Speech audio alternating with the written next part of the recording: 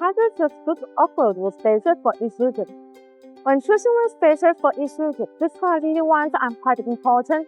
Good quality spaces must be made of good material. The industry-recognized material for BONOSS workspaces is aluminum alloy. Usually two types of aluminum alloy, 60616 and 70756 aluminum alloy. The first aluminum alloy will have a denser structure and better performance than carbon one, mainly in terms of tensile strength, yield strength, and flow data.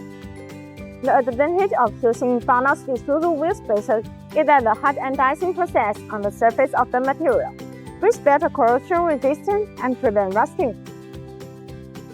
Additionally, these BONOSS active cooling wheel spacers are designed with a heat dissipation grooves to make the brake cooling better.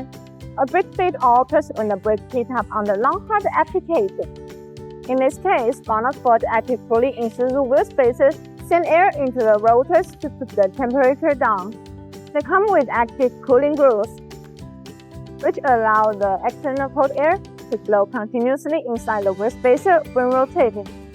The air takes away the heat, so it achieves the purpose of actively dissipating heat for the braking system. This is helpful to reduce the brake thermal decay and improve the road safety.